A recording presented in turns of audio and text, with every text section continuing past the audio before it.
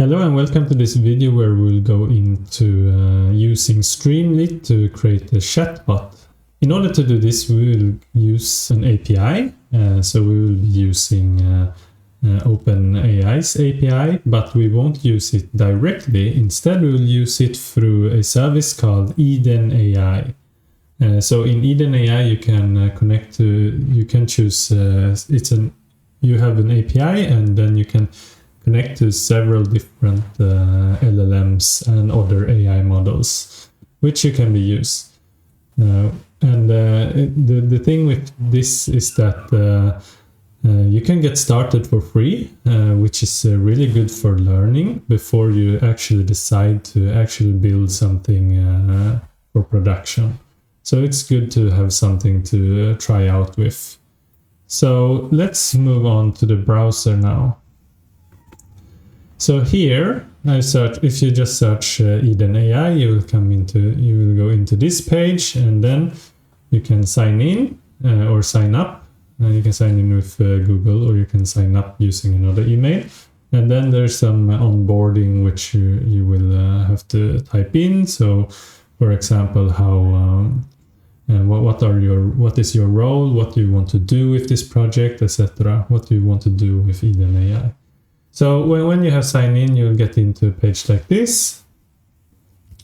So here we have the Eden AI, and in this homepage here, we can go into, we can see what type of things we want. So you have an API key, so which you can copy the key. This one we'll be using later on. And here we'll search for chat.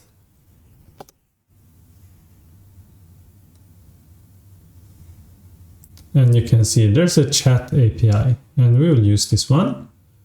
We'll go here and basically this code here is the Python code which you can use to connect to the API. And if you're in JavaScript, you can use this one. If you're in curl, you can use this one. So basically, here is the Python code. I will copy this. And here you can see which providers. We have OpenAI, and it's GPT 4.0, so it's for Omni. This is the provider with the model. And here you can have a text where you can type in what you want. So it's an input to this LLM, and you can have some global action to set up your LLM, and you have previous history which you can append in order for it to remember. We will do that later on as well. And the temperature, the higher the temperature is, the more creative the model becomes. So if it's quite high, then there's higher chance for it to hallucinate. And if it's lower, then it's more prone to keeping to the subject. So it's so it becomes more deterministic model when it's 0. So here, the max tokens, you have how much it can output, basically. So we'll play around with this. So first of all, copy this one, and we'll go into Visual Studio Code. So now I'm in VS Code, and I pasted in this code from Eden API or Eden AI. So basically, the only difference is that here was in the bearer, there was after the bearer there was the API key, and I don't want to show it to you, and you should also not show it you should not version control it, and you shouldn't show it to other people. It's your key. So what to do is that first I put it into an F string, and I type in a variable here instead, Eden API key. And this Eden API key we will get from a .env file. So what you should do is that you create a .env like this, and here you should write Eden API key equals to your key, right? And afterwards, so for example, I will do a dummy key here, dummy key, just to see that it works. And then we need to install a package first. So uv pip install python.env, like this. And now I can import this. So from .env import load.env, and I will also import OS. And then I can do load.env like this. And I will do Eden API key equals to os.get env. Let's see what I called it before. I called it Eden API key. Yeah, I can call it Eden API to make it simpler and the same as my lecture note. So here I will type in Eden API. And basically I will start with I will start with commenting out all this. So I will comment this out, and then I will try printing out the Eden API key. So see if it works. Yes, we see we get the dummy key. That's perfect. And now I will pause the video and I will paste in my real API key, and then I won't show it to you. So you should put in your real API key, and you shouldn't, you can print it out to test, but then you shouldn't, you should remove the printing before you version control this. Okay, so I'm back and it works, but it didn't work immediately actually. And what you need to do is to restart, because in Jupyter Notebook it still has the old memory, so it won't. So it still had the dummy key before, and also I think I had F string here in authorization. You should have F string here in the bearer in order for it to work. So this is something to note. But now it works. So the result, we get the result here, and we see that. The generated text is, of course, I'm here to help, right? So basically you can print this one, so KU, and here you get the results. Of course, I'm here to help. What do you need assistance with? Perfect. And now I want to basically make this nicer and wrap it in a class. So I will copy this. Put into a new code. So basically here we have Eden API. I will create a bot here, a class bot, because I will create a class now because we will move on to Python scripts later on. So basically I put this in. I put this in here. Like this, put this in also, and put this outside. So we will have a method here, def chat self prompt.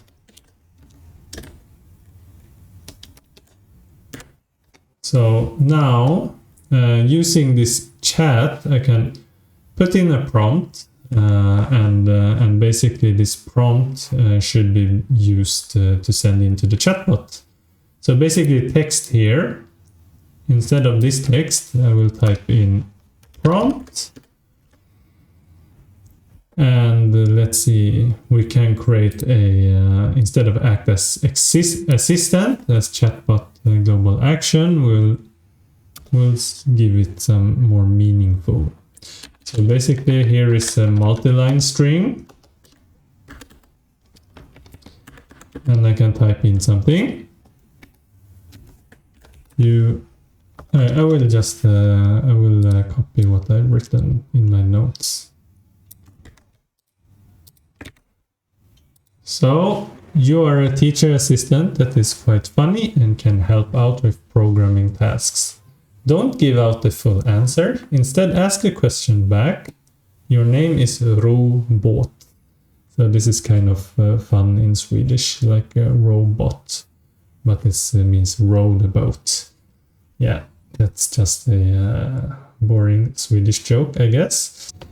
Okay, so before we go into the history here, we will actually go into the temperature to have some temperature, and the max token we can increase it a little bit, and then we will improve this function and this method a little bit before we go into the history, and we'll try this out also before going to the history.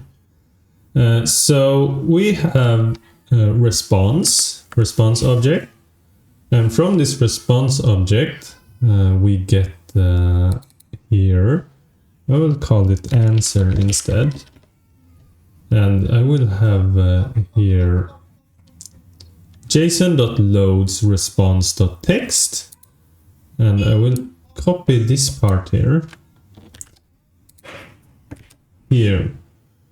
so that it actually gives me the answer, and I won't return the other parts.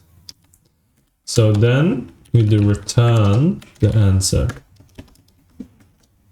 basically like this, and I will try this out. So bot equals bot, and then I will say print bot.chat, and I will put in the prompt. So what prompt do I want? I will say tell me a joke. Tell me a joke. Why don't programmers like nature? Should I say bot.chat?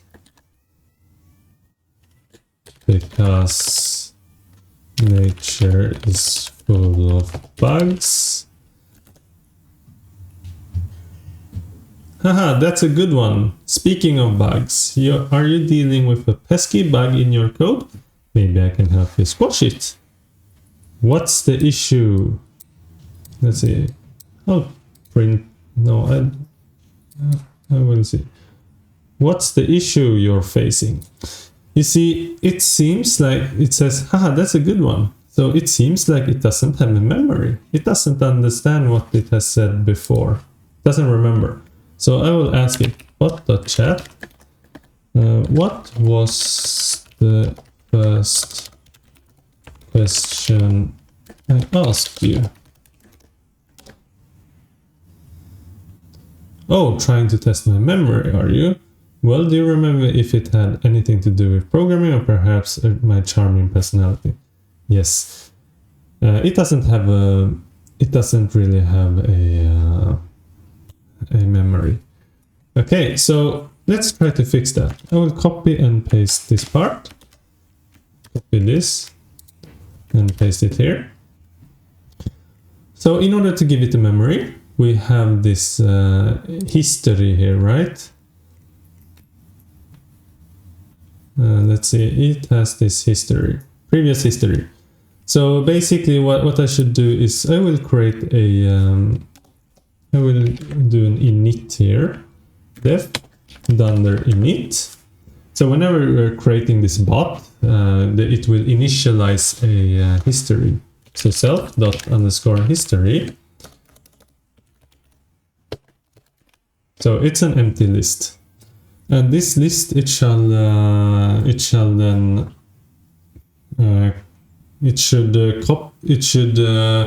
concatenate or append the history to itself. So what it should do here, previous history, then instead of an empty list we have self._history, and also here after the answer I want to save this to history, and I also want to save the prompt to history. So basically like this, self dot history dot append.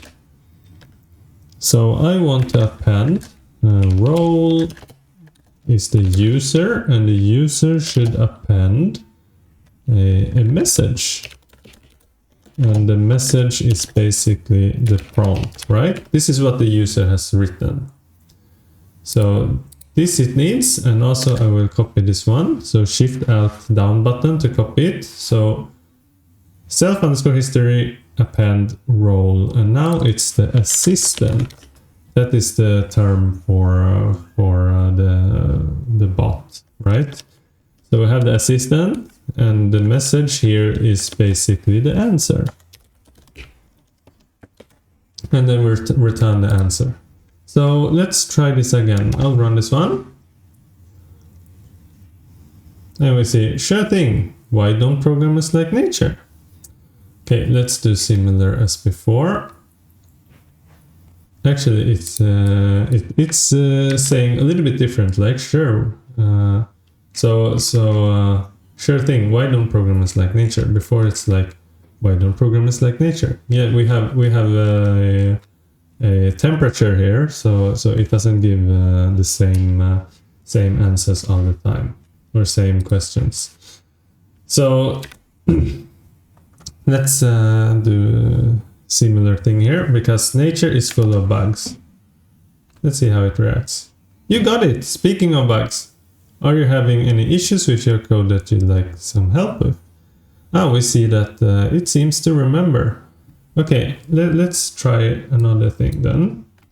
Let's print here, tell me another joke, so that it doesn't give the same joke. Alright, here's another one. Why do programmers prefer dark mode? Why do programmers... I forgot what I should answer here, but maybe because light attracts bugs? Yeah, this sounds correct actually. Bingo! You're on fire today! So are you working on coding projects that need a bit of debugging? Okay, and then we do .chat. What did I ask you first? What did I ask you? What was the first question I asked? What was the first question I asked you?